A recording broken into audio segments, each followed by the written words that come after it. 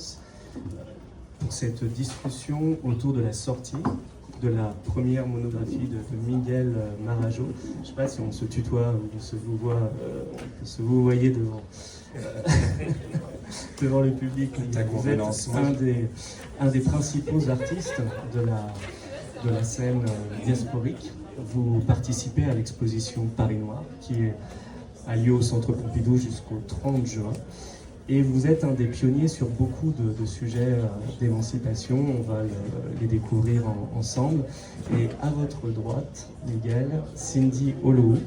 Cindy, vous êtes commissaire d'exposition, vous êtes critique d'art et vous êtes en charge des collections du Fonds régional d'art contemporain Île-de-France. Et je m'appelle Ronan Grossia et donc je suis administrateur du Palais de Tokyo, une institution voisine du Centre Pompidou, et je travaille dans le cadre du prix Marcel Duchamp avec le Centre Pompidou.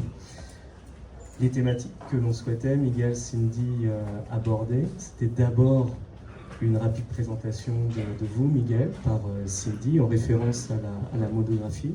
Et il y avait quelques thématiques qui avaient été identifiées ensemble.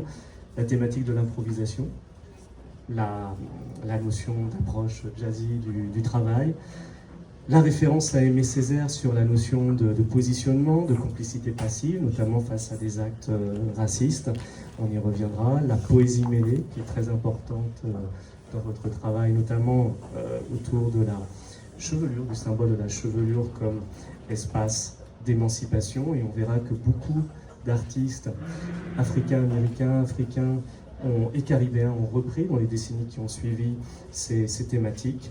La thématique de l'exotisme et de l'érotisation des corps.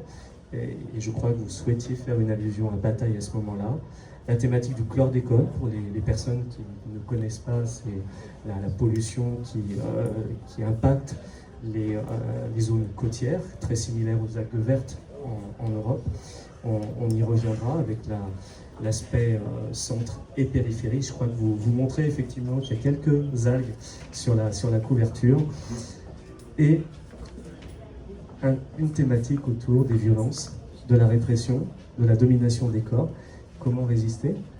Par la réappropriation, par la conscience, par l'affranchissement. Quelles sont les techniques de résistance qui sont mises en place aujourd'hui par les artistes, par les jeunes critiques d'art, par les nouvelles générations de manière générale. Et nous ferons un lien avec les institutions, nous ferons un lien avec les débats qui ont eu lieu sur l'exposition Paris Noir, débats parfois extrêmement critiques sur l'organisation de cette exposition, et parfois des débats qui ont mis en évidence des avancées réelles par rapport à des expositions qui ont pu avoir lieu ici au Centre Pompidou, et des choses qui probablement restent encore à faire. Alors pour démarrer, et pour vous présenter Miguel, je laisse la parole à Cindy. Bonsoir à tous. Merci d'être là ce soir. C'est très émouvant de présenter Miguel après avoir travaillé autant de temps ensemble et de passer du privé au public. Je ne sais pas si je vais réussir les vouvoiements par contre. On a trop déjeuné ensemble et trop pour que ça soit un peu bizarre de se vous voyez. Tu peux terminer par le tutoiement et puis commence comme tu veux. Ça marche. Je pense que même si j'essayais le tutoiement allait revenir. Mais tout ça pour dire que c'est toujours plus difficile de présenter les gens qu'on connaît bien et que c'est toujours impressionnant aussi de faire face à un artiste avec une carrière comme celle de Miguel, près de 40 ans de carrière maintenant. C'est pas mal. J'ai pas vu le temps passer. C'est passé vite, hein. Mais c'était prolifique. Non, mais surtout qu'on n'arrête pas de me dire que ça ne fait que commencer. Je suis un artiste un zèbre sans rayures. Non, ça c'est un âne. Il prend au fromage. J'allais dire artiste inclassable, protéiforme, insaisissable, comme les lignes dansantes qui caractérisent ton travail. Rentrant de carrière fougueuse, qui n'a rien perdu de son énergie. Une carrière qui s'est basée sur un travail qui s'appuie sur l'émancipation de la ligne. Je pense que c'est vraiment ce qui caractérise la pratique de Miguel, se libérer des normes, des carcans, faire tomber les murs et les frontières au sens figuré, c'est-à-dire de la symbolique des mots et de l'humour, mais aussi au sens de dépasser la frontière du papier, dépasser la frontière du médium, que la ligne puisse s'étendre, se propaguler, on dirait, avec les membres du collectif Mangrovité. Elle se propage en tout cas sur le collectif Mangrovité est un collectif de jeunes critiques d'art, jeunes artistes dont Cindy est une des figures marquantes. Et on essaye de penser tout un vocabulaire pour parler autrement de l'art et des arts caribéens, en tout cas, qui soit plus adapté à ce contexte si particulier. L'œuvre de Miguel, si quelques mots qui puissent la définir, ce serait qu'elle est libératrice, qu'elle invite toujours à un dérangement, à un désordre, mais non pas un chaos, parce que désordre n'est pas chaos, mais plutôt questionner l'ordre établi, aller au-delà des normes, les interroger pour montrer à quel point elles sont une construction sociale et des imaginaires. C'est un travail qui est engagé et empreint de philosophie et j'espère que ce soir on arrivera à partager tous ces éléments et toutes ces forces-là parce qu'on va être extrêmement riche avec vous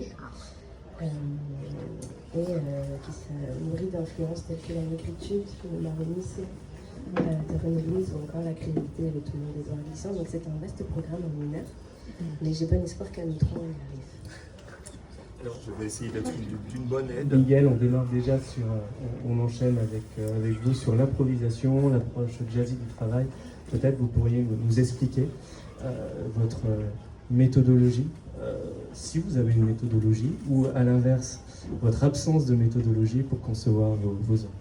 Donc, ce décentrage, ce déséquilibrage dont parle Cindy, qui est en fait volontairement une gestuelle qui se renouvelle sans cesse avec ce que j'appellerais des variations de forme et sans être dans la répétition, va être comme une mélodie et va au fur et à mesure utiliser l'espace, donc la topographie du tableau pour de la feuille de dessin, peu importe le subjectile du moment, et accompagné du corps, hein, parce que je dis toujours que la musique est prépondérante dans la Caraïbe et que le fait d'être dans cette logique musicale fait partie en fait de quelque chose de profond qui s'exprime avec un médium différent de l'instrument de musique.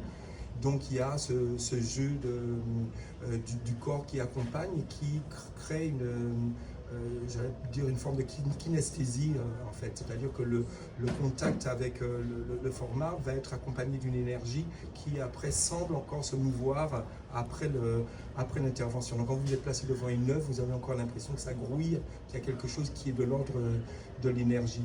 Donc je parle du jazz parce que sans cesse je me lance dans le défi de faire une improvisation.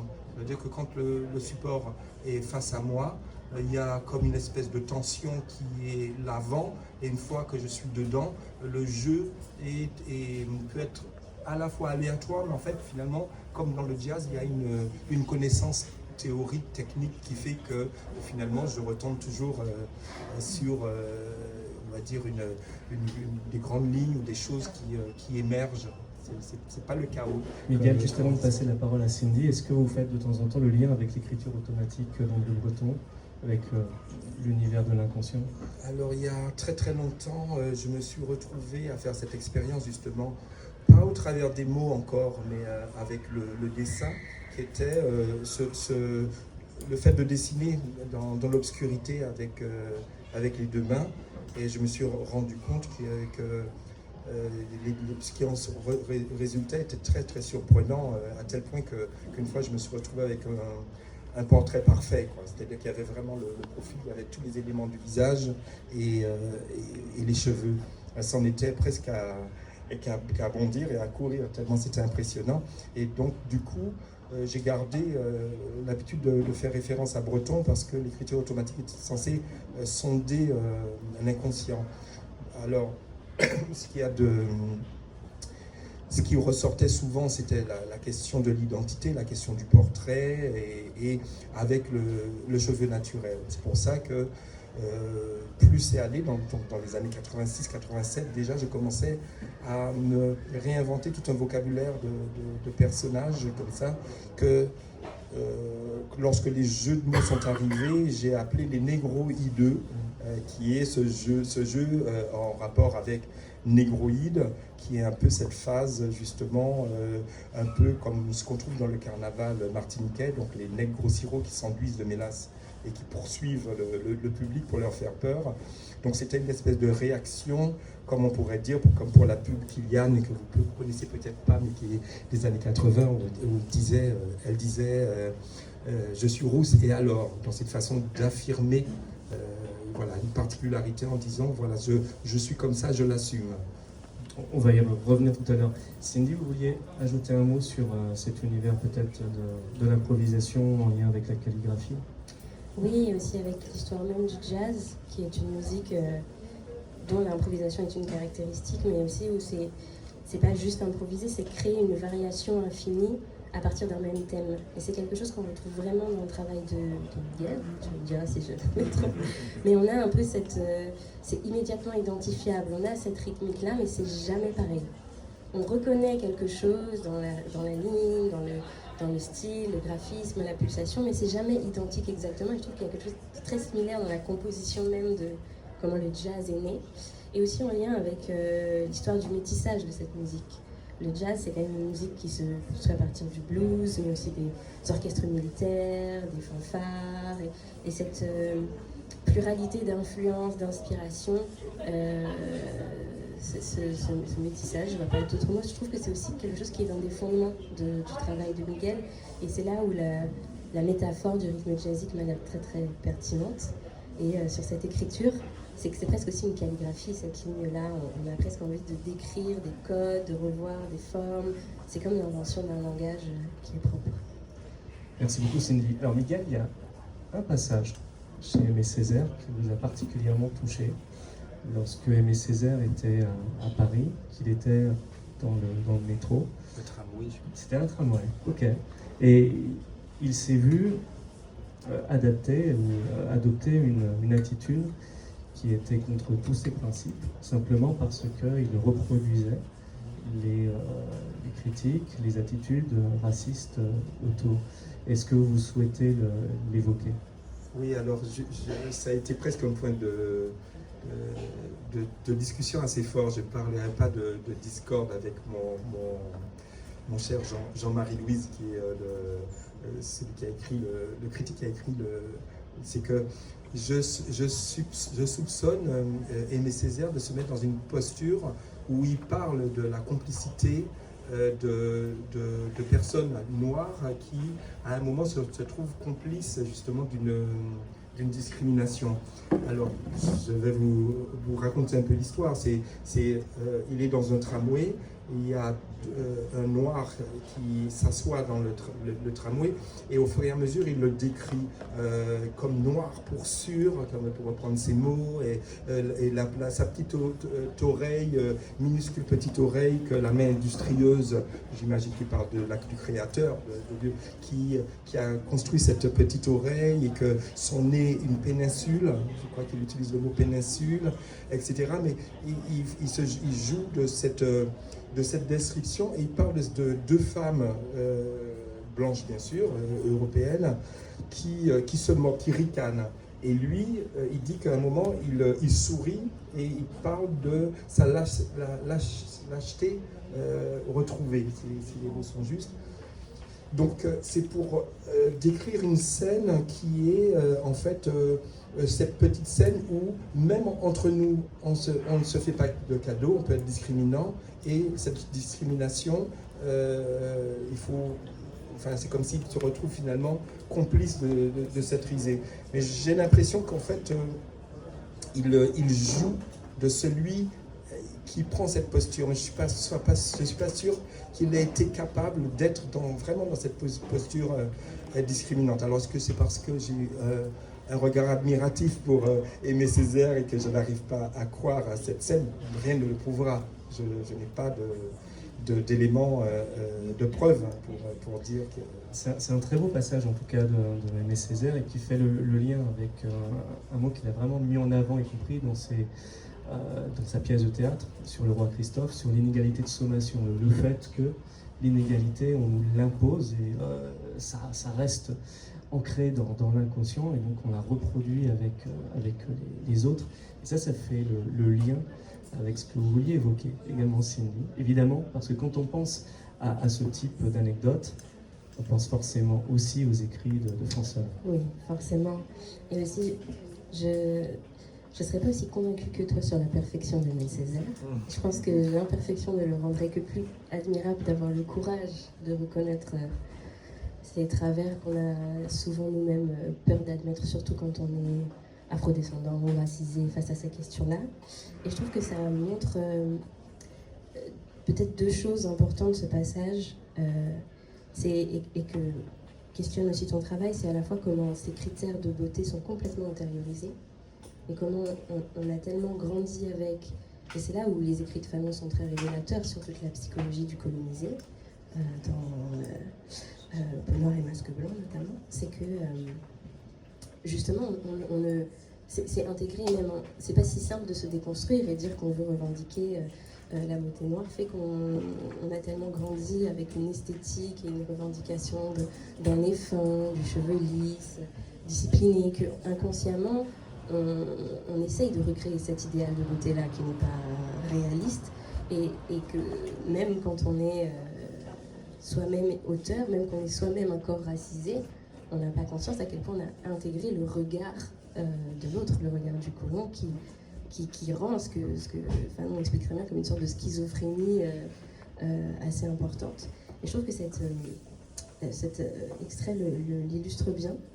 Et je trouve qu'il illustre aussi, par la répétition du mot nègre, qui apparaît plusieurs fois, aussi comment, en reconnaissant cet acte-là, j'ai l'impression, Césaire acte aussi cette revendication que dorénavant, il faut changer le paradigme. C'est-à-dire que ce qui était une insulte dévalorisante doit devenir une revendication. Que c'est une manière de changer aussi le rapport de force pour ne plus subir le regard. Et que, d'ailleurs, d'où le mouvement de la négritude aussi, mais je le relie aussi à ton travail à toi, Miguel, par rapport à ce que tu as appelé le portrait des négros hideux. Et c'est assez ironique parce que dans ce passage de Césaire, il parle de nègres hideux, justement. Et je trouve que ton travail se relie aussi à cette émancipation, cette réappropriation des mots, en jouant par la déconstruction, en jouant à l'humour, au calembour, pour les déconstruire, et que quelque chose qui était de l'ordre du tabou, qu'on ne dit pas, de l'insulte, devienne finalement un retournement humoristique pour se réapproprier la représentation de soi-même. Merci beaucoup, Cindy.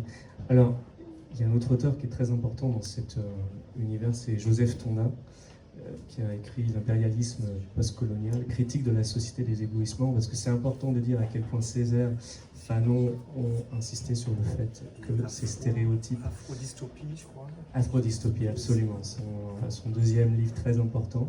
Et il a vraiment poursuivi cette ligne fanonienne et d'Aimé Césaire pour indiquer que ces stéréotypes n'étaient pas l'affaire que d'une partie de la population, mais par ces éblouissements, c'était en chacun de nous, c'était ancré en chacun de nous.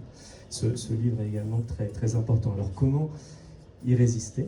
Et il y a une méthodologie que vous appliquez, Miguel, qui est évidente dans tous vos travaux, c'est l'humour. Alors, on le trouve particulièrement dans tout votre travail autour de ce que vous appelez la poésie mêlée. C'est-à-dire le travail sur la chevelure comme élément de liberté, comme élément d'émancipation, comme élément de totale réappropriation. Est-ce que vous pourriez nous en parler un petit peu? Alors, ce que j'aime bien dire dans ces moments-là, c'est une relation aux mots, c'est la fameuse langue des oiseaux. Une fois, ma femme m'a dit, il y a des restes de saumon, du riz et des restes de saumon. Non, des restes de lentilles et des restes de saumon. Je lui dis, il y a des lentilles et des restes de ce monde. Donc c'est une façon, je ne sais pas si je l'ai bien dit, des restes de lentilles et des restes de saumon. De saumon, et moi j'ai dit, il y a des restes de lentilles. Il va falloir acheter la monographie. Voilà, chaque fois, il faut avoir les deux phrases en fait pour les décrypter, parce que je reprends des mots, les sonorités des mots, et je les remplace. Et donc du coup, ça donne un peu comme faisaient les surréalistes, c'est-à-dire qu'il y a justement une... oui, enfin, ça reste des sonorités, je ne sais plus comment, je ne suis pas linguiste, donc je ne vais pas m'embarquer dans une explication linguistique, mais cette façon de faire des glissements de mots et de reprendre les sonorités donne des phrases complètement absurdes. Parfois elles ont du sens parce qu'il y a des nantis et des restes de ce monde.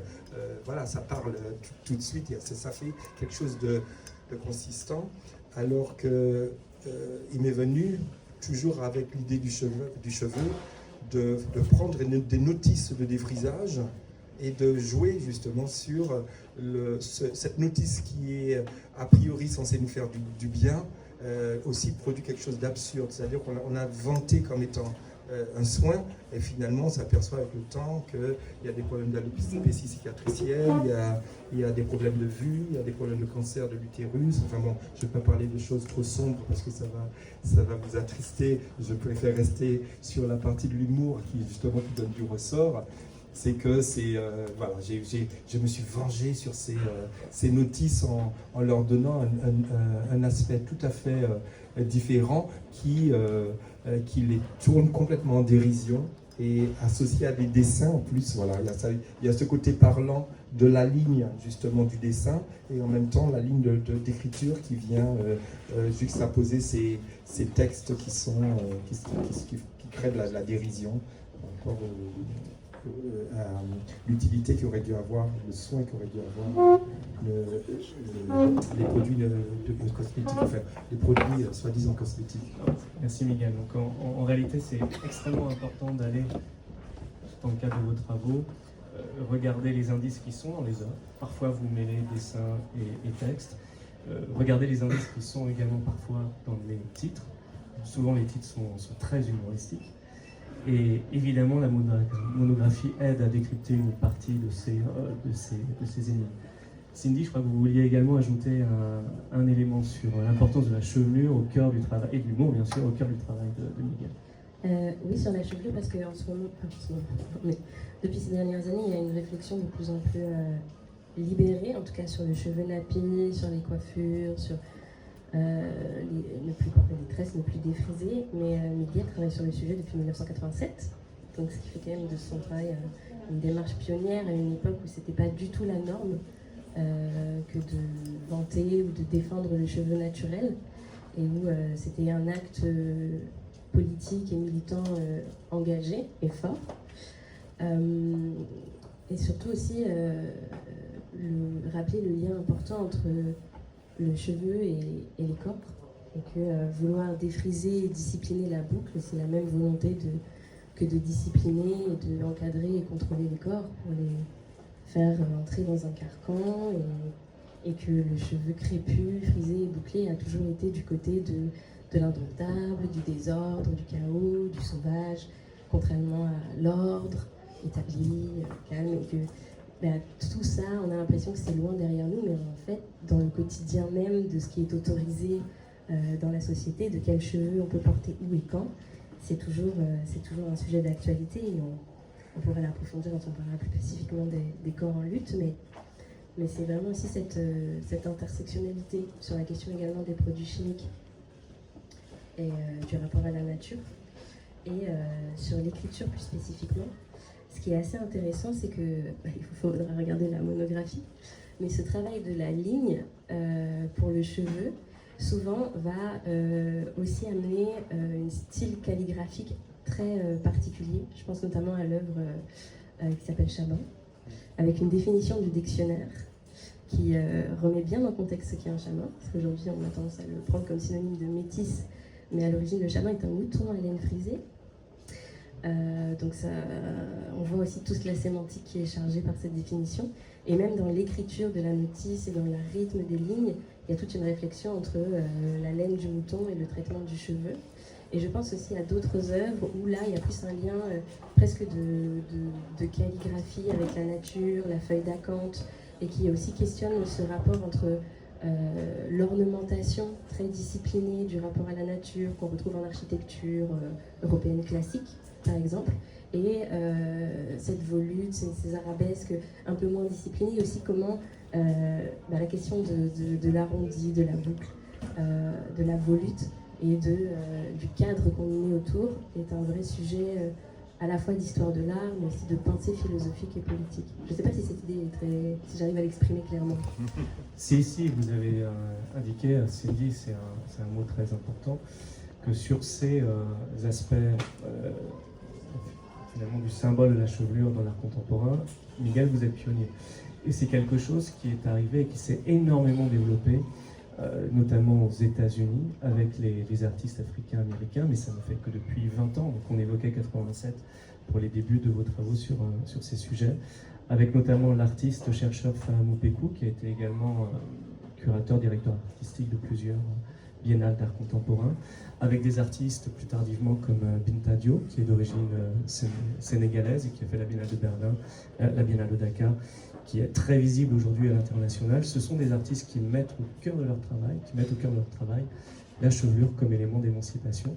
Et on est plusieurs décennies après vos premiers dessins sur le sujet. Donc la notion ici de figure pionnière est particulièrement adaptée. Bravo à vous. Alors on enchaîne sur les éléments autour des corps avec l'exotisme et l'érotisation des corps.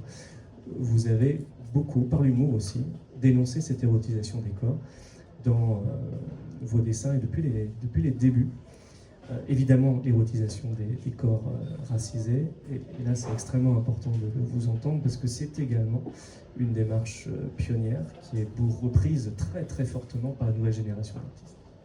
Oui, c'est que au début je pensais à la phrase d'Aimé Césaire où il dit cette foule qui ne sait pas faire masse, cette foule qui ne sait pas faire foule, et montrer cette espèce de lien, d'énergie ou de complicité, la matérialiser pour moi était très très importante. J'avais commencé à traiter tous ces sujets-là par le carnaval.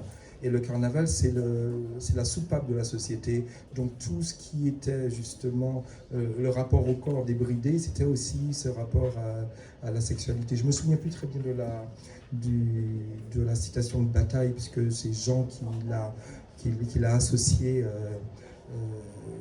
à mon travail. Mais en même temps, dans ce jeu justement d'implication des corps, de cette fluidité d'échange, il y avait aussi, il y a d'abord cette histoire de liberté qui est très très importante, et puis ce désir aussi de libérer les corps. Donc le corps qui se libère, qui s'émancipe aussi, c'est le corps qui accepte tout ce qu'il a aussi de naturel. Donc je fais exprès de jouer brutalement du poil pubien, du poil de la tête. Je joue de toute cette comment dire, du caractère débridé des comportements aussi, du corps offert, du corps séduisant, du corps qui aguiche, mais en même temps un corps qui s'accepte comme étant un corps habité en fait de pulsions naturelles et qui sortent justement des codes qui régissent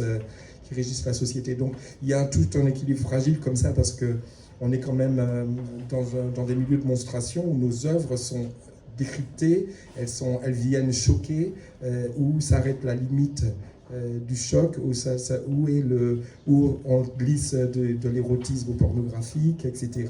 Donc tout ça, c'est un jeu qui est en même temps qui vient d'une pulsion aussi. C'est-à-dire qu'au moment où je crée, je ne fais pas toute une littérature de ce que je vais exprimer.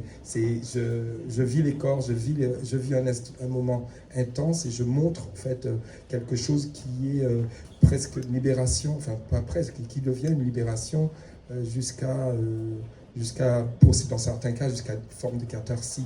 C'est ça qui est recherché à travers le carnaval. Et ça serait drôle de retrouver la citation de Georges Bataille.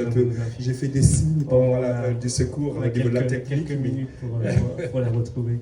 Alors je rassure, la monographie n'est pas interdite aux moins de 18 ans. Elle est totalement accessible.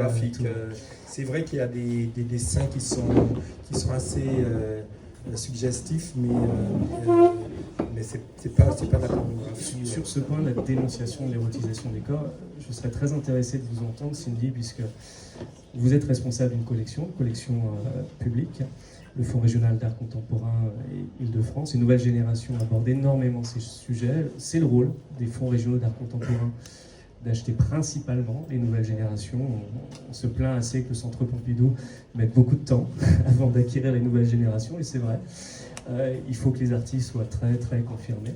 En revanche, c'est totalement le rôle du Fonds régional d'art contemporain de se préoccuper des nouvelles générations d'artistes. Comment vous faites le lien avec cette thématique? Est-ce que vous la voyez régulièrement? Comment les artistes l'abordent? C'est une question quand même très très complexe. Le sujet est abordé, parfois de manière très frontale et notamment autour même de questions qui vont beaucoup plus loin, par exemple que le travail que peut mener parfois Miguel. Il y a des artistes qui traitent frontalement de la question de la pornographie et de tout cet environnement d'exotisation du corps noir dans la pornographie. C'est toujours un peu délicat en collection parce que à la fois on a la responsabilité d'acquérir des sujets, des enjeux de société, et en même temps après il y a la question de la monstration au public. Donc là, ça n'empêche pas d'acquérir, mais après il faut qu'on anticipe justement tout un tas de garde-fous parce qu'on accueille des publics très familiaux et de tous âges. Mais ce qui est sûr, c'est que c'est un sujet dont s'emparent les artistes et un peu aussi comme Miguel le fait déjà, c'est plus du tout... il y a cette question aussi de briser la notion de tabou, c'est-à-dire de cette réalité un peu crue et de projection subie sur les corps qui ont été beaucoup sexualisés à leur insu, presque. Et bien de cette fois de le revendiquer, cette sexualisation, et de aussi revendiquer tout cet univers du carnaval. Mais au-delà du carnaval, il y a aussi toute une pop culture qui s'est bien sûr nourrie de l'inspiration du carnaval, mais je pense à la musique chata, je pense au bouillon, je pense à plein d'autres univers culturels beaucoup plus populaires qui vont nourrir les productions des artistes aujourd'hui et où les frontières et les limites sont des jeux perpétuels de réinvention de rapports au corps, de corps hybrides, de métamorphose, de repenser les genres aussi, au-delà, parce qu'on parle beaucoup là de questions d'identité et d'origine, mais il y a aussi la question du genre qui est beaucoup questionnée. Et donc, c'est très challengeant en tant que collection publique, vraiment. C'est des questions de cas par cas. Mais c'est assez intéressant de voir comment les artistes ont toujours un pied d'avance. Et ça, il faut saluer l'effort des structures publiques qui prennent ces risques-là d'investir dans des univers qui sont peu montrés. On parle beaucoup aujourd'hui du monde du luxe dans l'art contemporain. Les nouvelles générations d'artistes sont très ouvertes maintenant sur le sujet et disent ce qui est à saluer et ce qui est moins à saluer. Le corps racisé est particulièrement utilisé dans le monde de la mode, dans le monde du luxe. Ces grands groupes créent des centres d'art, créent des musées. Et assez ouvertement, les artistes maintenant disent qu'ils sont les bienvenus dans ces espaces-là, parce qu'en termes de vitrine et d'image, ils représentent quelque chose. Mais dès qu'on aborde des thématiques d'émancipation basées sur des pensées, des livres, des écrits, alors là, il y a tout de suite une censure parce que ça peut choquer. Donc il faut absolument saluer le travail des institutions publiques dans ce domaine et vous verrez qu'au sein de l'exposition Paris Noir, tout n'est pas parfait. Dans cette exposition, on y reviendra, mais au moins les figures d'émancipation sont au centre. Et je voudrais juste ajouter quelque chose pour rebondir sur ce que tu disais, Ronan, c'est qu'il y avait une table ronde il y a quelques jours sur la mode et les designers afro-descendants, on va dire, ou racisés. Et c'était assez intéressant, il y avait un influenceur mode de luxe qui intervenait et disait que la mode est de plus en plus diversifiée, mais même quand on a des corps racisés, on n'a pas, pour reprendre le mot de Miguel, on n'a pas de type négroïdeux. Enfin, je mets plein de guillemets autour de ça. Non, c'est pas mal mon terme. Ce que je veux dire, c'est qu'on a des corps quand même très fins, très longilignes, avec des nez fins, avec des cheveux souvent lissés, avec des... Enfin, c'est assez quand même dans des standards de beauté occidentaux. Enfin, donc on a de plus en plus de diversité, mais c'est pas parce que la carnation change que le critère esthétique de beauté, ou la norme de beauté, elle est questionnée forcément dans cet univers-là. Et ce qui crée un certain paradoxe avec toutes ces fondations, justement, qui exposent des artistes qui vont vraiment aller questionner la norme du corps, c'est-à-dire sa forme, qu'est-ce que la beauté, aller chercher parfois même dans l'absurde et l'exagération, voire presque le questionner l'idéal de beauté grecque. Donc c'est assez intéressant de voir cette espèce de dichotomie actuelle. Et je rebondis sur le travail de Miguel aussi, parce que justement, même quand il y a ce travail un peu sur l'érotisme, les corps, la sensualité, c'est jamais des corps idéalisés. On a toujours cette pulsation rythmique de la ligne, on a toujours cette espèce d'élan de vie très fort. On n'est pas du tout sur une approche lissée et esthétique du corps. Merci beaucoup Cindy. Alors il faut qu'on passe à un autre sujet, le sujet du chlordécone. Le chlordécone est au cœur de votre travail. Est-ce que vous pourriez, Miguel, peut-être un peu le décrire, pour ceux qui ne le connaissent pas, et nous évoquer en fait le lien que vous avez avec cette thématique et comment vous l'exprimez par les autres? Alors j'ai envisagé le chlordécone d'une façon assez large en parlant du centre et de la périphérie. Donc il m'est venu l'idée de faire un manège constitué de bananes et qui a fait fort impression parce que la structure du manège ressemblait vraiment à quelque chose qui serait de l'ordre d'un animal géant avec des mâchoires et il y a des bananes qui enlacent, qui emprisonnent les corps. Et donc, est-ce que tout le monde a la référence en tête? Donc là, vous évoquez les bananes parce que le chlordécone est une pollution qui est issue des cultures uniques issues du colonialisme et donc des cultures de la banane dans les îles de la Caraïbe. Oui, cette monoculture en fait pose beaucoup de questions dans la Caraïbe parce que elle a entraîné des pollutions des sols qui sont évaluées pour une durée à peu près de 700 ans. Il y a des problèmes cognitifs, il y a des problèmes de naissance prématurée, il y a aussi des taux de cancer qui sont les plus élevés au monde. Et donc ces molécules sont dans la terre et le temps qu'elles s'écoulent, elles vont polluer aussi les fonds marins. Donc c'est une tragédie qui a été le fait que dans les années 70, aux alentours de 72-73, la River James a été polluée, il y a énormément de personnes qui ont été malades. Aux États-Unis, ils ont interdit le chlordécone. Aux Antilles, il y a eu des dérogations jusqu'en 91, par la fin des années 90. Des dérogations obtenues par les planteurs, dont certains ont créé des fondations d'art contemporain, notamment en Martinique, et qui continuent à financer les expositions, n'est-ce pas? Et alors, il faut saluer les artistes qui ont un esprit de résistance aussi par rapport à ça et qui font le choix d'aller évidemment exposer dans des lieux qui n'ont pas cette historique-là. C'est important aussi de le rappeler. Voilà, donc cette idée du manège m'a paru très très appropriée parce que manège tourne autour d'un axe. Donc l'axe, c'est la symbolique du centre et les personnages qui sont embarqués dans ce manège sont complètement grisés, rigolent, sourient. Il y en a même qui ont perdu leurs chaussures et qui se laissent emporter par ce manège. Sauf une personne qui nous regarde avec un air un petit peu de nous interroger. Donc si on regarde bien ce dessin qui fait partie d'une collection maintenant, mais il est quand même reproduit dans le livre. J'ai beaucoup aimé l'histoire que ces personnes ont ce retour régulier, toujours au même point, avec toujours cet enivrement et c'est un peu notre système qui nous réjouit matériellement parce que le capitalisme nous offre beaucoup de biens matériels et qui pourraient nous combler, nous satisfaire. Donc ces personnages, en fait, sont dans ce jeu d'appréciation de ce manège qui les ramène constamment au même point.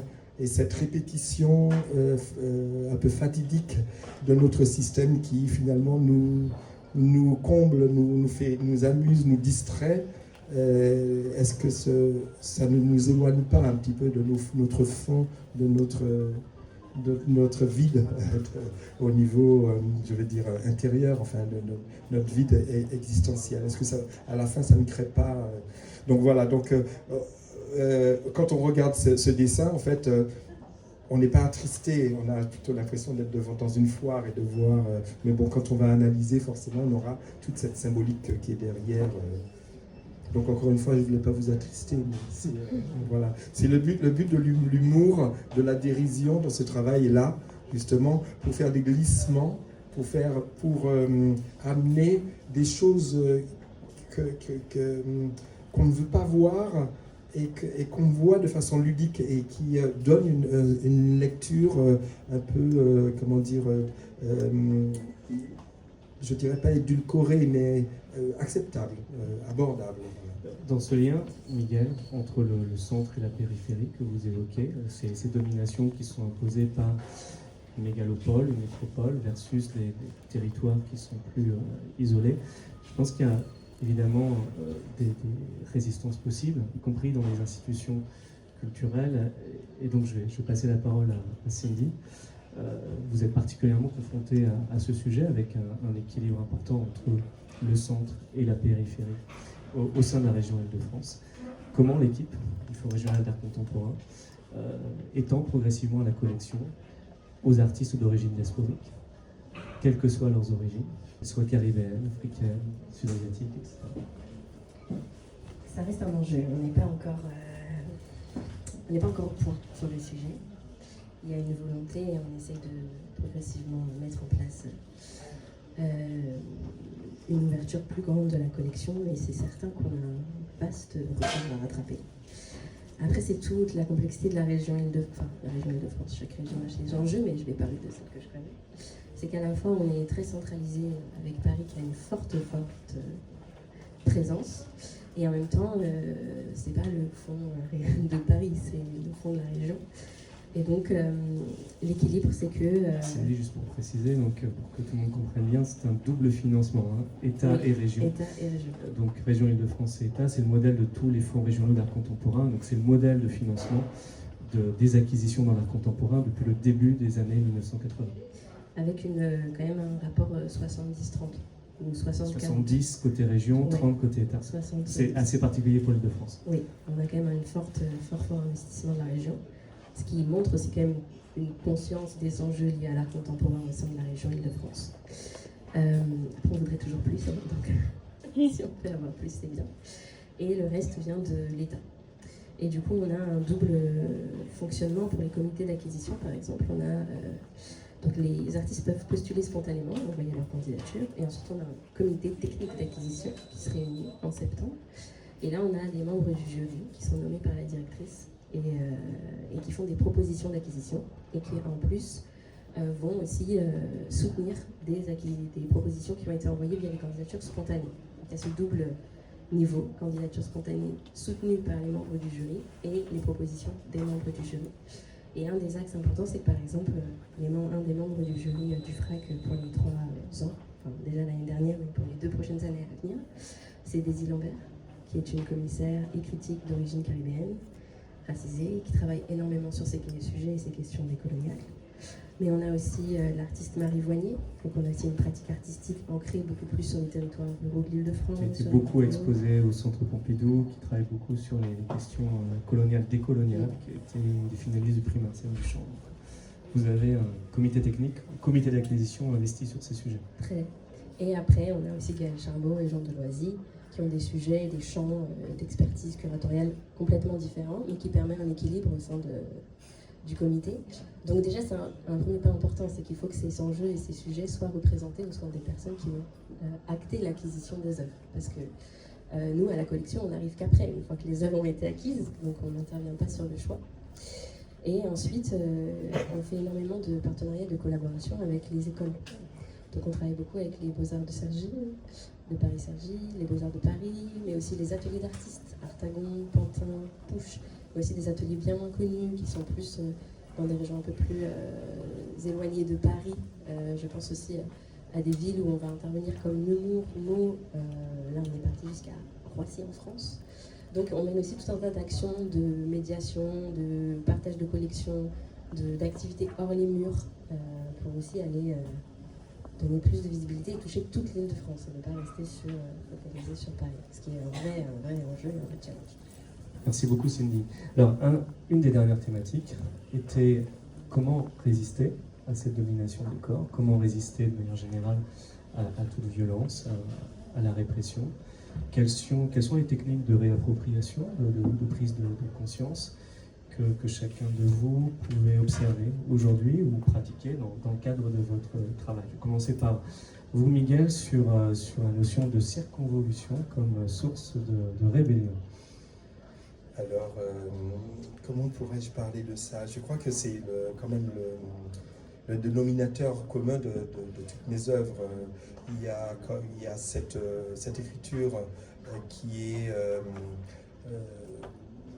on va dire, pleine d'énergie, de vitalité, qui offre à voir quelque chose qui joue à la fois d'un équilibre entre ce qui est normé, construit, séduisant comme les rinceaux, les motifs ornementaux, qui va présenter des corps parfois plus ou moins figuratifs, puisqu'on parle d'esthétique, on parle de corps, donc j'introduis quelques éléments qui sont lisibles et que je confronte aussi à cette forme libérée que j'appelle le rythme jazzique et qui va venir trouver un équilibre avec ces formes. Donc il y a quand même une composition, il y a quand même un équilibre entre quelque chose qui est de l'ordre d'une danse et puis quelque chose qui est beaucoup plus codifié. Et donc cette histoire de code, pour moi, est importante parce qu'il faut d'abord la questionner. Le corps humain, il couvre toute la planète avec toute sa diversité. Quand je vis dans une société comme c'est le cas, j'ai vécu en Martinique depuis tout petit, j'ai vécu jusqu'à ce que j'arrive aux Beaux-Arts à Paris. Et pour moi, je rencontrais un individu, je ne rencontrais pas forcément, je ne sais pas si je réponds précisément à la question, mais je rencontrais des personnes avant de rencontrer des races ou des différents types morphologiques.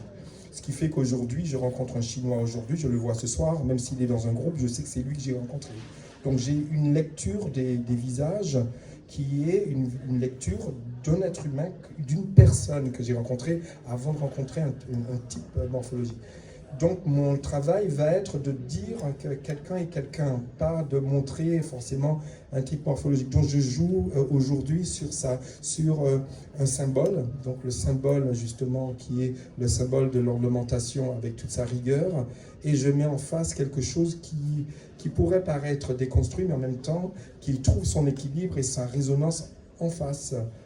Donc voilà, c'est une façon comme une autre, hein. J'ai peut-être d'autres, si je réfléchis bien, il y a aussi la position de ces textes justement qui ont aussi un contenu qui tourne en dérision les notices de défrisage. J'ai encore d'autres approches qui sont sur le sens des mots et je parle de choses, je parle de fouet, je parle aussi de toxicité, j'introduis tout ça dans mes textes qui gardent quand même les sonorités de base. Mais c'est très complexe en fait. La résistance par la circonvolution, en fait, par le détour, pour moi, évidemment, ça m'inspire beaucoup Édouard Glissant. Le fait d'accepter la complexité, c'est évidemment un moyen d'affronter des univers qui vont être majoritaires, dominants, et qui vont avoir des tendances expansionnistes. Donc vous avez, via votre style artistique, évidemment aussi un lien avec cet univers littéraire de la résistance. Alors ce qui m'intéresserait aussi, pour passer la parole à Cindy, c'est d'avoir une vue sur les évolutions au sein des univers artistiques. Est-ce que les artistes des nouvelles générations ont évolué dans leur technique de résistance. Je pense beaucoup à Julien Creuset, qui était un des premiers artistes martiniquais à être reconnu internationalement. Il m'a toujours dit qu'à l'école des Beaux-Arts de Paris, il était le seul étudiant racisé dans sa promotion. Et lui, il avait résisté par la naïveté. C'est-à-dire qu'il n'entendait pas les remarques racistes. Il n'entendait pas les réflexions, mais évidemment, c'était son inconscient qui faisait qu'il avançait, et il s'isolait. Aujourd'hui, les nouvelles générations d'artistes ont d'autres moyens de résister. Alors, est-ce qu'il y a d'autres moyens que vous observez, Sylvie ? Je voudrais dire rebondir sur Julien Creuset, parce que c'est très intéressant. À la fois, il a développé toute une technique de résistance et il a une très belle carrière. Et en même temps, Julien est devenu l'arbre qui cache la forêt. Par exemple, en collection publique, le FRAC Île-de-France a des œuvres de Julien Creuset, le Fonds d'art contemporain de la ville de Paris a des œuvres de Julien Creuset. Ok, vous voulez dire on achète quelques noms. On achète et Julien on Creuset. Okay.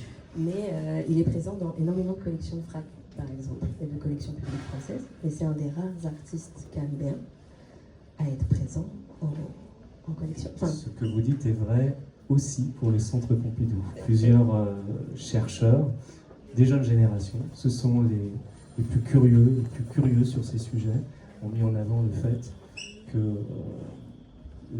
de manière générale, la représentation caribéenne était extrêmement faible au centre Pompidou et s'appuyait sur quelques noms, dont Télémac, dont Hervé Télémac, qui a eu le même nom. Il y a Ernest Breuler aussi qui a été... Quelques noms, mais largement insuffisamment par rapport à la réalité de l'importance de ces créations artistiques. Donc vous dites, c'est vrai aussi pour l'ensemble des fonds régionaux d'art contemporain. C'est vrai pour les institutions, je pense, et on pourra peut-être revenir après.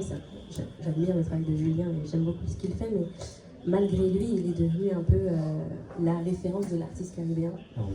On ne va pas lui reprocher ça, c'est pas plus sa faute, mais est-ce que les artistes de nouvelle génération alors parviennent à franchir cet immense arbre qui a tendance à les cacher, et comment ils font? Il y a pas mal de stratégies qui sont mises en place, et l'un d'eux, qui est aussi une de celles employées par Julien, c'est l'opacité. On parlait de glissant, et c'est de refuser de tout expliquer, d'accepter qu'une partie de l'œuvre reste incomprise et que les gens n'ont pas toutes les clés de lecture. Et s'ils n'ont pas les clés de lecture, ne pas chercher à absolument expliciter le travail. Il y a aussi énormément de création d'initiatives, de communautés, de faire communauté collective pour avoir un poids plus important. Je pense à des cercles au-delà de la question de l'art contemporain, mais il y a des initiatives comme Cinéwax, par exemple, autour du cinéma. Mais il y a aussi également Invité. Il y a aussi toutes ces stratégies-là d'inventer des structures, d'initiatives pour se porter ensemble, pour tenir ensemble, qui sont assez présentes. Il y a aussi la question que j'ai un peu abordée, qui est... Je trouve que intersectionnalité, ça marche pas trop, mais c'est aussi une des stratégies, pas tant l'intersectionnalité, mais de plus rester sur une revendication, mais aller faire collectif avec d'autres luttes et d'autres dénonciations de rapports de domination. Au sein du collectif Mangoïté, on a plutôt parlé d'enchevêtralité, dans le sens où l'intersectionnalité, c'est la ligne encore un petit peu trop droite et un peu trop croisement, alors que c'est beaucoup plus complexe et tout se mêle. Et je ne vais pas digresser trop longtemps, mais même sur la question du chlordécone, la monoculture bananière imposée de domination, c'est la même volonté de contrôle écologique et les mêmes produits chimiques qu'on retrouve dans les produits sur les cheveux, qu'on retrouve dans les rapports de domination sur les corps. Enfin, tout est entremêlé, écologie, genre, race. Donc il y a énormément de choses. Et surtout, elles n'attendent plus forcément les institutions, les nouvelles générations. Grâce aux réseaux sociaux, grâce à Internet, grâce à énormément de choses, elles arrivent à développer des formes, mais c'est plutôt... Enfin, je le vois un peu au FRAC, c'est nous maintenant qui essayons de les rattraper et de leur courir après, plus que l'inverse. C'est très intéressant ce que vous dites là, Cindy, parce que vous avez évoqué le droit à l'opacité, et évidemment une idée centrale pour Édouard Glissant. Édouard Glissant a aussi beaucoup mis en évidence qu'il y avait deux techniques de résistance à toute domination. La technique dite du carnaval, qui est au cœur de votre travail, Miguel, par l'humour, par le déguisement, et beaucoup dans les jeunes générations utilisent cette technique-là, y compris au sein des institutions, y compris en prenant des rôles au sein des institutions. Il faut les encourager à ça. et la seconde technique qui est celle du marronnage, la résistance plus frontale, que vous avez illustrée par la création de structures propres, par les jeunes générations d'artistes, jeunes générations de critiques d'art, de commissaires d'exposition. Alors vous avez cité Mangrovité, on est très attaché à Mangrovité forcément. Il y en a beaucoup dans les nouvelles générations d'artistes qui créent des structures de ce type-là, et elles sont importantes aussi. Édouard Glissant appelait à ne pas les mettre en concurrence. Il considérait qu'elles sont également nécessaires. Miguel, je crois que vous voulez intervenir. Oui, je voulais dire que j'ai vécu suffisamment de choses contrastées aux Antilles et sur lesquelles j'arrivais à mettre difficilement des mots. Et très jeune, j'ai commencé à lire Frantz Fanon. J'étais encore adolescent. Je me suis même beaucoup attardé sur des ouvrages de Glissant, notamment Les Indes, etc. Enfin, j'ai commencé très tôt à lire tous ces ouvrages et à assister à plein de conférences publiques. Donc, apparemment, les premières de la créolité, très encouragées par René Louise, donc, qui avait écrit aussi La philosophie du marronisme moderne. Et donc, on était un petit peu marron dans l'âme avant de venir faire nos études à Paris. Pourquoi je dis ça? Parce que tout ça devait trouver une forme, et comme après les Beaux-Arts, je suis devenu un peu universitaire avant de renoncer à tout pour être définitivement artiste, j'ai quand même écrit un mémoire de maîtrise. À l'époque, on appelait ça maîtrise, maintenant je pense que c'est le Master 1. Et donc j'ai fait cette maîtrise sur le carnaval. Le thème du carnaval me semblait convenir absolument à tout ce qui à la fois se travestissait socialement dans des actes, mais en même temps le travestissement devenait rigolo parce que le saisir et l'exacerber aussi était un jeu graphiquement qui était idéal. Donc j'ai poursuivi quand j'ai fait un DEA, donc qui doit correspondre à un Master 2, je crois, je sais pas, ouais, on va faire des équivalences, là, un bureau d'équivalence universitaire. Donc à Paris 1, ben, je me suis amusé à encore affiner ce travail sous forme poétique. Donc j'ai écrit un document qui est à mes yeux encore montrable aujourd'hui. Le Master 1, j'ai un petit peu de mal, parce qu'il me paraît tout à fait sociologique, mais il y a quand même quelque chose trop sociologique par rapport à la dimension plastique que j'aurais voulu. Mais je trouve que c'était un bon départ pour commencer à opérer des glissements, une appropriation de certains phénomènes pour pouvoir les montrer avec justement cette délectation de différents médiums, le dessin, la peinture, etc. Donc un bon comment dire, bon contenu, on pourrait dire, quelque chose d'assez consistant pour y arriver. Miguel, ça montre que vous avez été un des résistants de la première heure. Merci. D'un point de vue carnaval, la résistance par le carnaval. Là aussi, pionnier, c'est ça.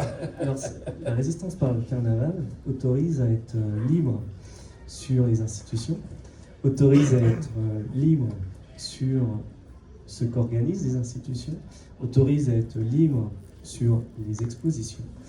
Donc vous faites partie des artistes sélectionnés dans le cadre de cette immense exposition Paris Noir qui occupe l'essentiel du dernier étage. Les commissaires se sont beaucoup battus pour obtenir cette dernière période avant fermeture du Centre Pompidou. Donc, ça a été l'objet de nombreuses négociations. Évidemment, chacun a en tête une exposition il y a longtemps, 1989, que le Centre Pompidou avait produite, avait diffusée, qui s'appelait Les Magiciens de la Terre, et qui est aujourd'hui considéré comme le contre-type des expositions à ne plus jamais refaire dans le domaine de la monstration des cultures qui sont non occidentales. Je rappelle qu'il y avait Jean-Hubert Martin. Jean-Hubert Martin, oui, qui a fait couler de l'encre et qui a aussi fait beaucoup réagir Simone Jamy, j'imagine, avec Africa Remix. Disons qu'il n'était pas du tout un expert. Et on peut dire sans le choquer que c'était ça. Le deuxième commissaire était un grand collectionneur, Picozzi, qui refusait d'aller sur le continent africain, qui refusait d'acheter. des artistes qui étaient issus du continent africain à partir du moment où ces artistes quittaient le continent africain. Les artistes ont parlé avec raison de racisme, évidemment de néocolonialisme. Et puis il y avait un troisième larron qui existe toujours vivant, le galeriste André Magnin, qui est très connu sur le continent africain pour être dans un modèle de captation, c'est-à-dire il se précipite à chaque décès d'artiste, notamment congolais, s'il n'y avait pas pour acheter les fonds d'atelier. Pigosi, il n'aurait pas existé. Voilà. Donc, évidemment, le Centre Pompidou ne s'est pas rehaussé en organisant cette exposition avec ces trois personnalités-là. Est-ce qu'on peut dire, mais c'était 1989, en tout cas c'était certainement pas la première initiative pour montrer les artistes du Sud global, puisque la Biennale de La Havane l'avait fait plusieurs années avant, et dans des modalités éthiques qui étaient évidemment totalement différentes, beaucoup plus respectables. Aujourd'hui, Paris Noir 2025, l'équipe curatoriale souhaite faire complètement différemment. Alors soyez libres, vous deux. Et qu'est-ce que vous identifiez comme élément positif? Il y en a certainement. Et qu'est-ce qui est encore à améliorer? Utiliser à fond le carnaval. Alors, est-ce que dans une institution comme celle-là, dans la position que j'occupe là aujourd'hui, je vais faire un carnaval? Attendez, je vais me mettre debout déjà. Je peux regarder les choses, comment dire, déjà dans un premier temps, je me dirais que il y a un grand soulagement parce que c'était une nécessité d'avoir gardé 50 ans, 50 décennies de personnes comme ça qui souffraient d'invisibilisation. Donc finalement on accueille cette exposition en disant « Ouf, mais oui, mais alors ?» Aujourd'hui qu'on fait un mea culpa et qu'on dit « Mais oui, tous ces artistes ont été invisibilisés », on se dit bon, on va les montrer. Il y a 150 artistes, donc on est parti pour un artiste par an, donc on est parti pour 150 ans d'exposition, c'est ça? Oui, parce que c'est... Alors, Miguel, vous évoquez le fait que l'équipe curatoriale souhaite en faire une exposition manifeste et une exposition qui va alimenter le programme d'exposition, puisque l'équipe curatoriale est consciente que c'est une expo mastodonte, un peu difficile à appréhender pour les visiteurs, et donc il y a une volonté de la réactiver par chapitre dans les années post-réouverture. Comment ça peut être possible avec 150 artistes, il y a plus de 350 œuvres. Donc... Vous vous inquiétez de votre année? Non, moi je crois que j'ai toujours été un peu sur un fil, j'ai toujours rebondi, j'ai toujours eu une actualité par miracle. Je n'ai pas constitué de groupe et puis finalement ma présence dans le tissu contemporain parisien a fait que je suis là. Je me considère comme un funambule de l'art contemporain parce que j'ai collaboré avec plein de personnes dans des milieux tellement différents que je ne suis pas resté ni dans la Caraïbe, ni dans l'Afrique, ni dans l'Europe. J'ai vu beaucoup. Je suis passé de milieu en milieu et finalement, ce qui fait ma particularité, c'est que j'aime beaucoup la relation. Donc j'ai tissé énormément de relations. Donc je rentre dans n'importe quelle galerie, maintenant n'importe quel vernissage. Je connais au moins 10 personnes dans chaque vernissage. Donc ça c'est un peu ce qui me caractérise. Miguel, il y a un premier point positif que vous évoquez. Enfin la monstration. Enfin la monstration. Oui, tu as raison de me recadrer parce que moi je pourrais en raconter tout un livre. Est-ce qu'il y a d'autres points positifs? Alors, les points positifs, c'est que jamais on a vu une population aussi diversifiée venir visiter une exposition entre 4500 et 5000 personnes par jour, qui est apparemment la fréquentation du lieu est restée optimum, on dit, par rapport à tout ce qui est fermé. Enfin, je ne sais pas comment le oui, les collections permanentes. Voilà, les collections permanentes se fermaient pendant l'exposition. Et la fréquentation reste la même. Du coup, à croire que cette exposition fédère énormément. Après, c'est vrai qu'il y a eu beaucoup de personnes qui ont contesté le fait qu'il y ait beaucoup de commissaires et de personnes qui aujourd'hui travaillent sur ces sujets et qui n'ont pas trouvé ou pas totalement eu l'impression d'avoir la carte blanche pour faire le même genre d'exposition. C'est la personne concernée par la diaspora. Donc la critique a été très très forte. On peut reconnaître que l'équipe curatoriale, ils se sont donnés vraiment, je les sens très très impliqués. Mais il y a toujours ce sentiment que les personnes, là je sais que par exemple qu'à Beaubourg de Metz, l'exposition qui était prévue avec Claire Tancon est annulée, mais rien n'est exprimé de très clair sur pourquoi c'est annulé, ce qui se passe, voilà, donc je fais cette petite parenthèse pour dire que la relation c'est que ça avec les personnes, un changement de mentalité, il y a de résistance dans l'institution, d'après ce que j'ai entendu.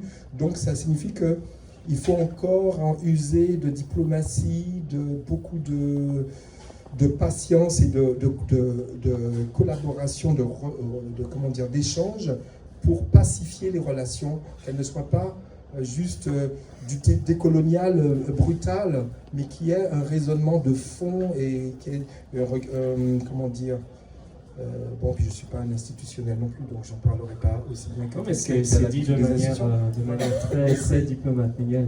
Je me dis qu'il y a un travail à faire. Il y a un travail à faire dans la façon de penser, la façon de se donner des rôles et d'assumer une exposition comme ça, en assumant peut-être plus de circularité au niveau des personnes, justement, qui font partie de ces gens invisibilisés, qui ont du mal à exister dans les institutions. Donc il y a un effort qui est fait au fur et à mesure. Il y a Eva Barra de Cavel, j'imagine que Christine Eyéné, enfin, il y a plein de personnes qui sont racisantes, j'aime pas trop ce terme. Eva Barra de Cavel, qui fait partie de l'équipe curatoriale qui au fur et à mesure et Christine Eyéné, qui fait partie du comité scientifique de l'exposition Paris Noir, et qui toutes les deux ont été embarquées dans le processus. On ne va pas faire du racisme et effacer des personnes qui sont aussi occidentales, donc il faut trouver une façon de fonctionner qui a des... Je sais pas, mais moi, voilà. Votre inquiétude, c'est notamment sur l'initiation et sur cette volonté au sein des personnes dirigeantes de véritablement faire évoluer la ligne. Voilà, plus d'inclusion et plus de...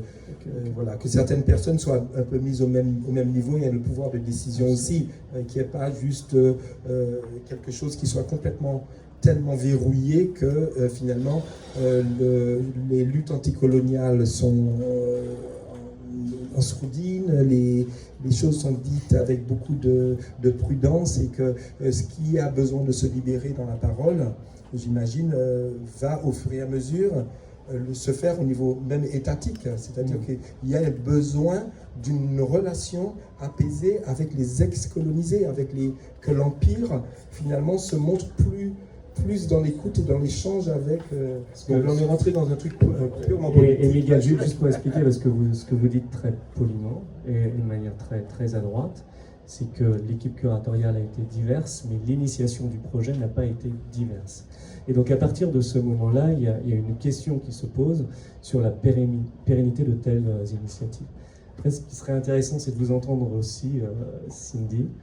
Soyez libre dans vos propos. Alors on a la chance de ne pas être dans une structure privée, de ne pas être dans une fondation privée, donc les propos sont totalement libres, il n'y a eu aucune consigne. Que pensez-vous de cette exposition Paris Noir? C'est assez délicat, parce qu'à la fois je pense que c'est une exposition qui va faire histoire et qui va être référence, parce qu'on découvre, même en travaillant sur les sujets, des artistes qu'on n'a jamais croisés. Et pourtant, je fais de l'histoire de l'art sur les questions décoloniales et postcoloniales depuis 6 ans, voire presque 7 ans maintenant. Donc c'est aussi toujours un bon point d'humilité de se rappeler qu'on a toujours à apprendre et qu'il y a tellement d'invisibilisation à rattraper que le chemin est encore énorme. Donc en termes de contenu, on voit qu'il y a eu un travail de recherche assez poussé. C'est vraiment une exposition encyclopédique. Donc ça, c'est assez beau. On peut aussi saluer le fait que ça ait donné lieu à des acquisitions.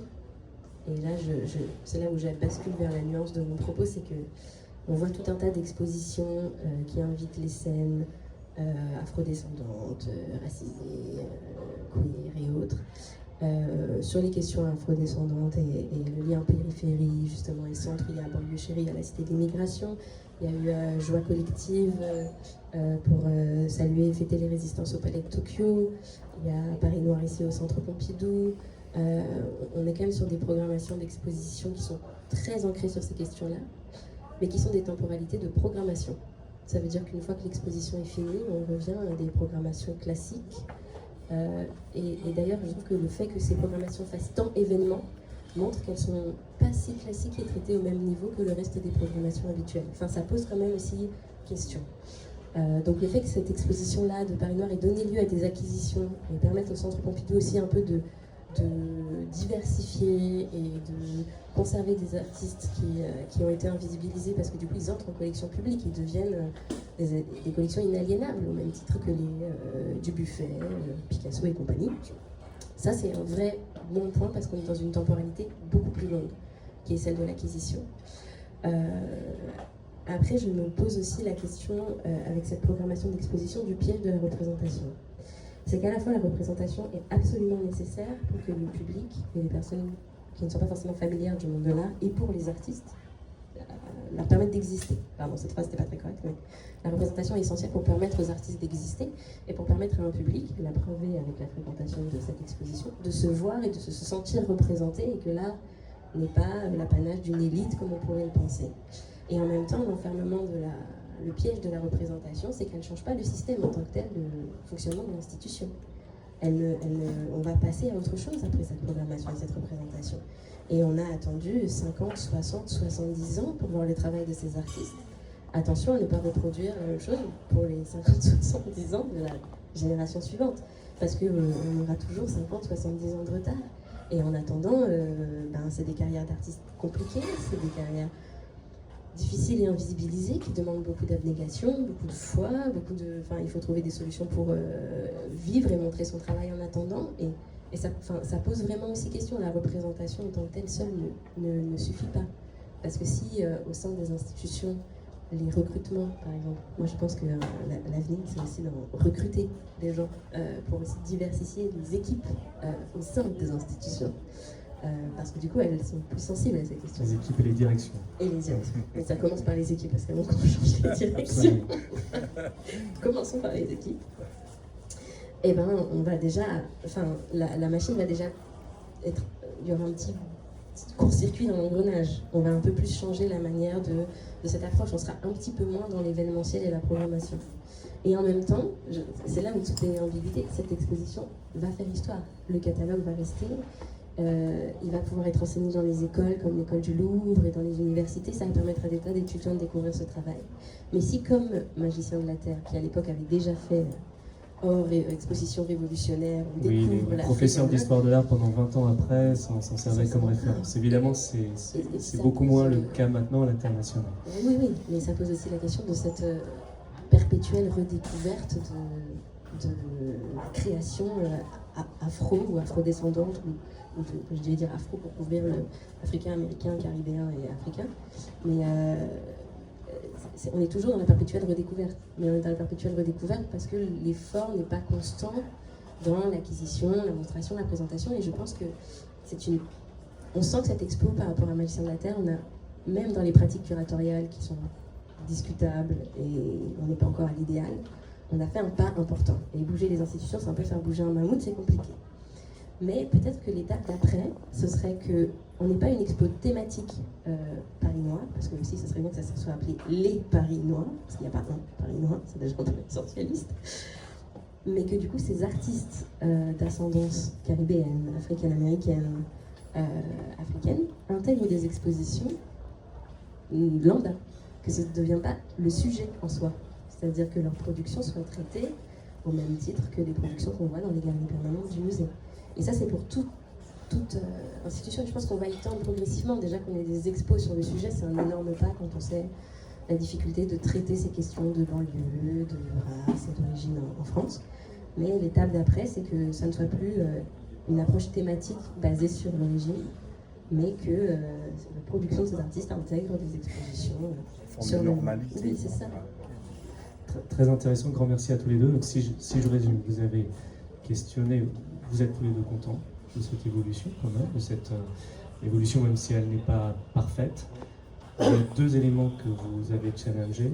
C'est l'aspect domination dans les écritures curatoriales et les directions curatoriales, parce que ce type d'exposition est initié par des personnes qui ne souhaitent pas s'associer dès le début des projets, mais qui s'associent en réalité en cours de route pour garder le contrôle. Donc un vrai questionnement sur la domination au sein des institutions qui empêche une relation vraiment égalitaire, que Glissant appelait la création des routes des solidarités.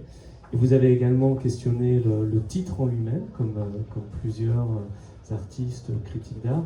Je rappelle que Patrick Chamoiseau, un des grands compagnons de route d'Édouard Glissant, a très largement critiqué ce titre-là, en indiquant qu'en mettant Édouard Glissant au centre, le titre aurait dû être Paris en relation, ou un titre faisant référence à un des romans d'Édouard Glissant, Paris Batuto, pour ne pas assigner les personnes, et surtout lorsque ces assignations sont issues de responsables européens ou de responsables européens.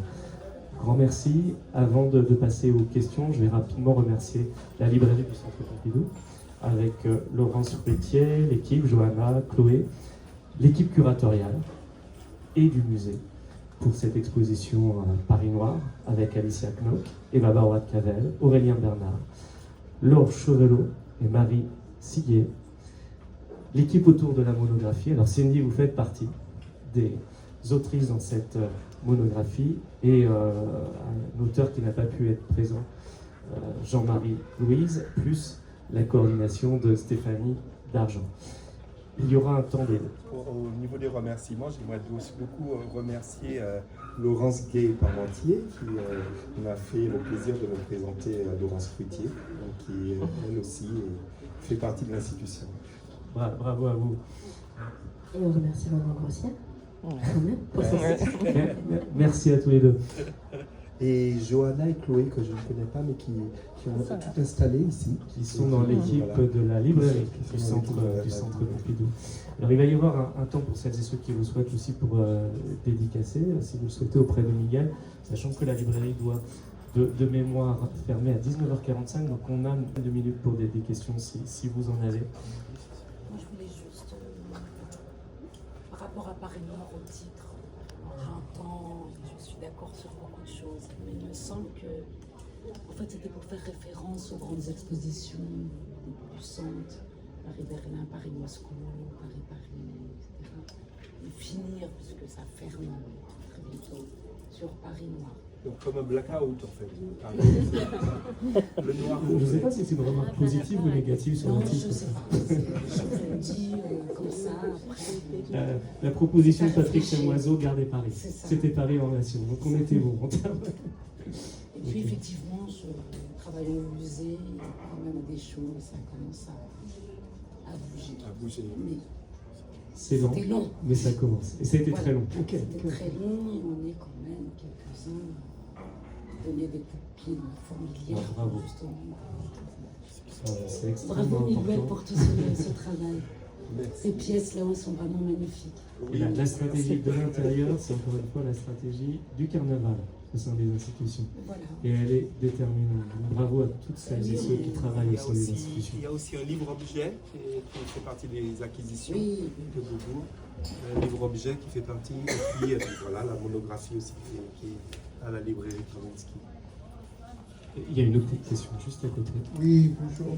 Merci Miguel pour le talk et pour Cindy et Romain pour la participation. Il était évoqué le marronnage tout à l'heure.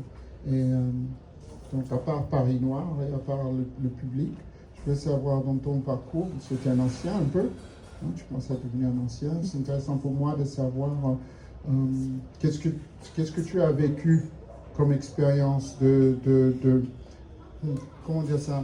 Est-ce que tu peux me raconter les particularités de le problématique de monter des institutions, monter des collectifs, créer des stratégies ensemble avec d'autres artistes et travailler ensemble avec d'autres artistes caribéens ici dans cet écosystème hexagonal? Alors c'est un peu particulier parce que J'ai commencé très tôt dans un groupe qui s'appelait le GEP Totem en Martinique. On avait la chance d'être au CERMAC, le CERMAC qu'on évoque un peu dans l'exposition à l'étage qui avait été créée par Aimé Césaire. Donc j'avais la chance de faire visiter l'exposition du groupe à Aimé Césaire, donc d'avoir cette chance de cette proximité avec Aimé Césaire. Et puis on a beaucoup participé aussi à des scénographies, que ce soit pour ses pièces, La Tempête de Shakespeare, le Caliban, enfin il y a eu beaucoup de choses où on faisait à la fois le décor et on l'animait. Et quand je suis arrivé pour faire mes études, comme c'était un groupe expérimental qui avait servi à faire le groupe Fromager qui est aussi présent dans l'exposition, ça a été un moment très comment dire, avec beaucoup d'énergie. On a exposé jusqu'à Trinidad Tobago dans toute la Caraïbe. Et je suis arrivé, les expositions, enfin ma formation ici, en rentrant aux Beaux-Arts et après dans Paris 8 et Paris 1, ça a été un moment pour moi de rattrapage, parce que sur le plan scolaire, j'avais besoin d'aller le plus loin possible parce que ça n'avait pas été très élogieux au lycée. Donc j'ai quand même, malgré toutes ces difficultés, obtenu un DEA à la Sorbonne, donc ça a été très... Et puis après, j'ai commencé à intégrer des groupes d'exposition dont certains artistes parisiens sont aujourd'hui très connus dans les meilleures galeries parisiennes.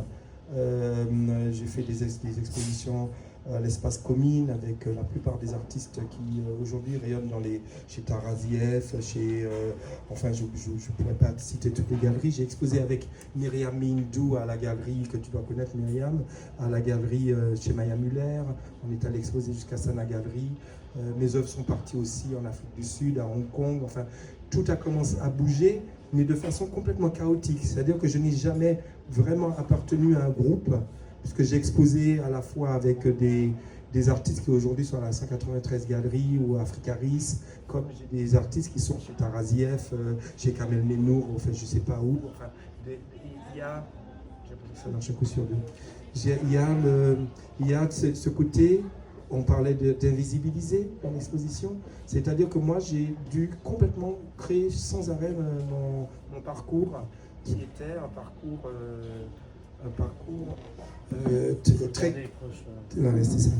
parcours très chaotique, mais je ne peux pas dire que j'ai appartenu réellement à... J'ai des affinités avec des personnes qui ont plus ou moins géré des lieux, comme l'approche à Bruxelles, où je suis allé exposer parce que voilà, c'est un ami de longue date qui m'a soutenu, mais je ne peux pas dire vraiment que j'ai appartenu à un collectif d'artistes autres que Jet Totem ou en Martinique autour d'Aimé Césaire. Donc c'était par affinité, par ton envie de rencontre, ton désir de rencontre.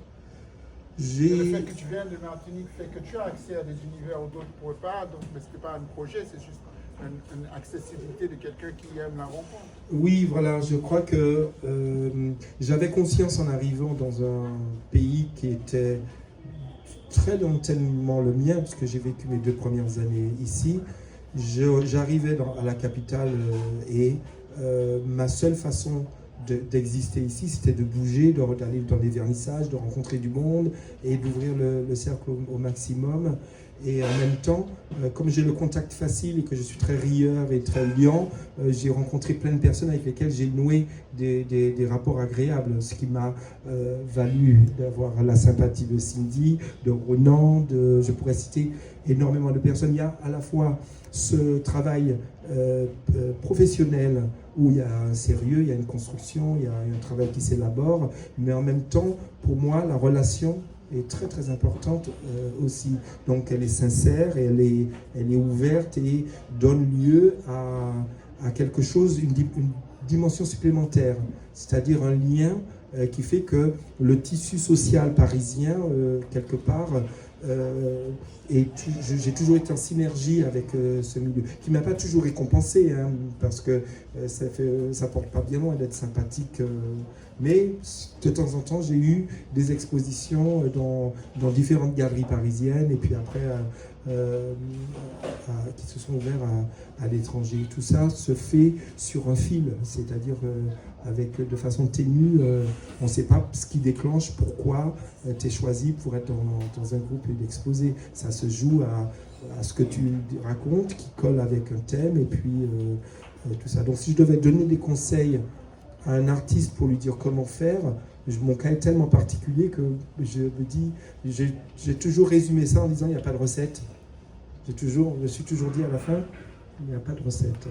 C'est pas la question, mais merci Miguel pour cette réponse détaillée. Il y a beaucoup de parcours différents, effectivement, ce qui est plutôt positif. Ça veut dire qu'il y a beaucoup de possibilités pour chacun, chacune, en fonction de son univers, de développer avec son propre chemin. Est-ce qu'il y a une autre question ? Peut-être par rapport à ce lien avec la Martinique qui faisait l'objet de la précédente question. Miguel, vous avez aussi participé dans le cadre d'une foire dédiée à ce qui s'appelle la African Art Book Fair, et d'une foire dédiée à l'univers littéraire. Vous avez participé à la Biennale de Dakar, qui est l'une des plus grandes biennales au monde, qui est l'une des plus anciennes aussi. Elle est plus ancienne que la Biennale de Berlin.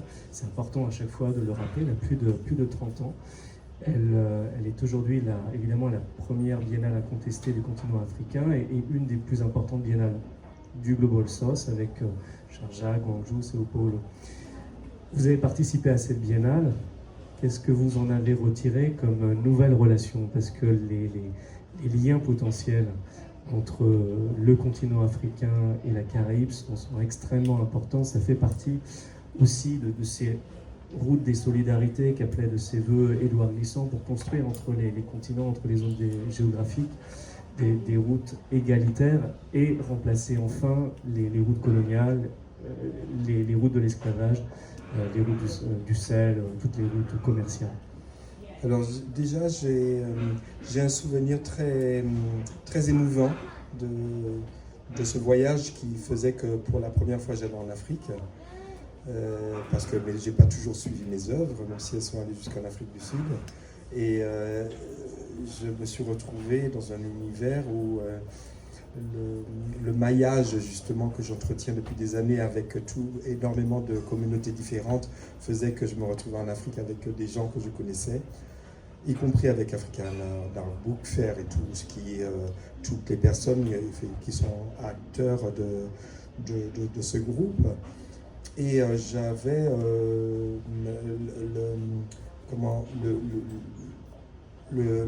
l'intention de marquer le coup en faisant une performance.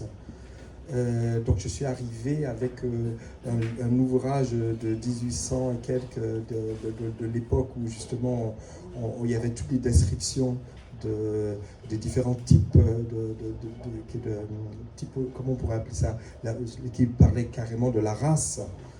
Et avec des choses mais qui aujourd'hui sont risibles, tellement les descriptions étaient décalées. Et je lisais à voix haute.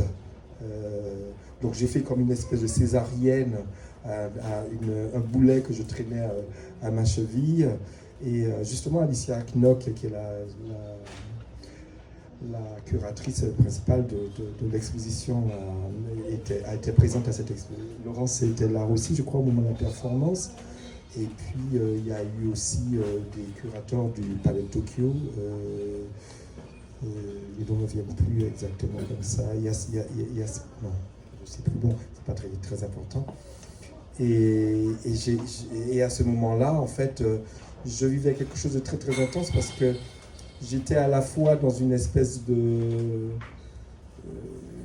dénonciation, en fait, d'un système, mais en même temps, comme souvent mes performances sont une forme d'humour, donc il y a quelque chose qui dérive forcément sur burlesque, quelque chose de carnavalesque. Et donc voilà, c'était un moment très très intense, musical, rythmé, avec un propos qui était certainement libérateur et à la fois provoquant et libérateur, et puis d'aller sur l'île de Gorée, de voyager, de voir un peu, de me balader librement comme ça dans Dakar, et voilà. Je vais expliquer que l'île de Gorée, c'est l'île qui est juste en face de la capitale du Sénégal, Dakar. Et c'est l'île d'où partaient les personnes qui étaient mises en esclavage vers l'Amérique, vers la Caraïbe. Ok, donc c'était un moment très important. Et je crois qu'on arrive à la fin. Je dois juste quand même signaler que Cindy a été commissaire associée de la dernière biennale de Dakar. Est-ce qu'on clôture là? Est-ce qu'il y a d'autres questions? Et vous avez, si vous le souhaitez, la possibilité de faire dédicacer les livres par Miguel aujourd'hui. Et grand merci Miguel. Merci beaucoup pour cet échange et merci beaucoup Cindy Olowu. Merci à vous tous.